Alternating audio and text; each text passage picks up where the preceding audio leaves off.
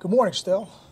It was a good 3 days of practice. We still got some more mental work to do tomorrow and some things to make sure that before the players get about a day and a half off, we've done everything we need to do. So I think physically we've done the things we need to do with the exception of a little bit of lifting that'll still go on.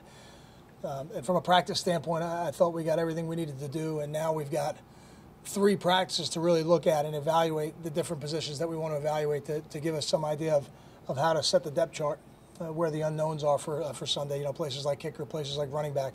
I think we by Sunday we'll be able to set the depth chart and then go from there. You know, nothing's ever final, but you do need a starting point.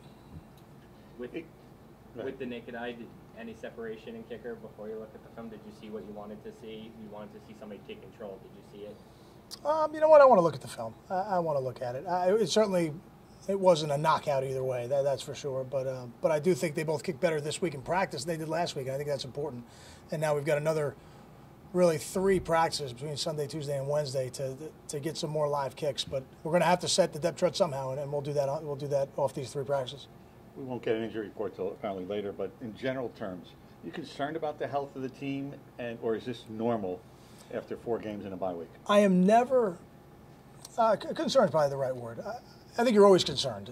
I'm never. It's not something I ever worry about because I can't control it.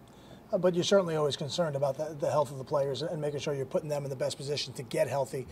And we've got some guys that are still healing up. And I don't think we had. I don't think we had any new issues this week, which is a good thing. As we practiced hard for 3 days, 2 in full pads, 1 in shells.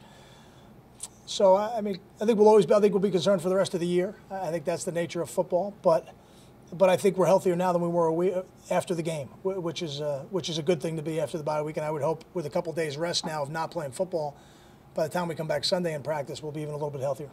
Last year, the freshmen that didn't play, Julian and Ruhan, traveled with the team, and you mentioned them quite a bit. Anybody like that this year in the freshmen who haven't played? The guy that's been traveling with us so far is Kamoko Toure.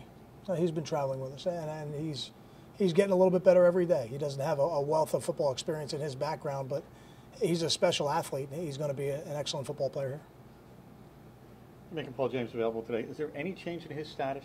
He's still holding to what you originally had said? No, and I think with what he has, without really getting into it, I know for sure he won't play SMU and he won't play Louisville.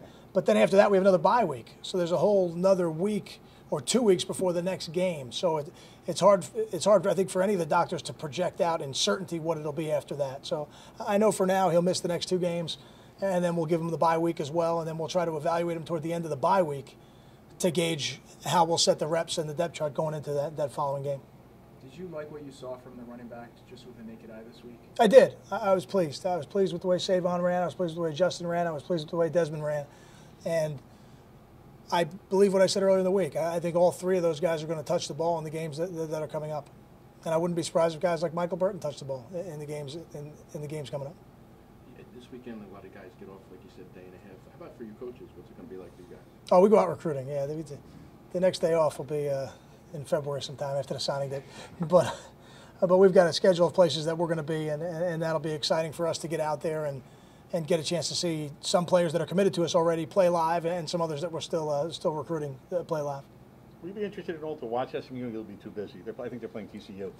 Take a peek? If I'm in front of a TV and it's on, I would watch it. I'm a football fan. I enjoy watching football, but I won't try to study it off the TV copy. We'll get nowadays it's kind of neat. It's only a couple hours after the game we get the coaches tape, so we'll have it pretty quickly. I think I'm not sure exactly when their kickoff time is Saturday. I would imagine it'll be early, but a couple hours. What is it?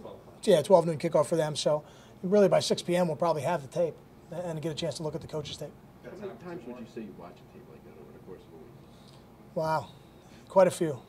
Quite a few, because you watch it in a lot of different ways. We cut it up into a lot of different situations and field zones, and it's not just watching kind of the game straight through. We watch it in a lot of ways in the game planning process. Thanks, guys. Appreciate it.